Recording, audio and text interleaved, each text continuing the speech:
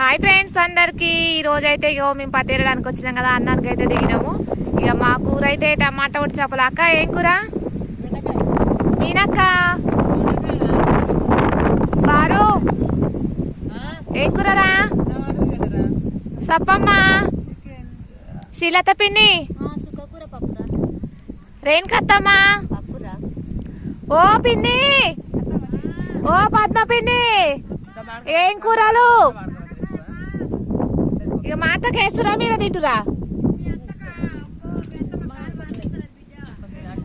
ఇగో చూడండి ఫ్రెండ్స్, ఇక మా పిన్ని వాళ్ళందరూ అయితే వచ్చి ఈ రోజు పత్తేరడానికి. నిన్న కొంచెం మందిమే ఉంటుంది, ఈరోజు చాలా మంది అయినాము.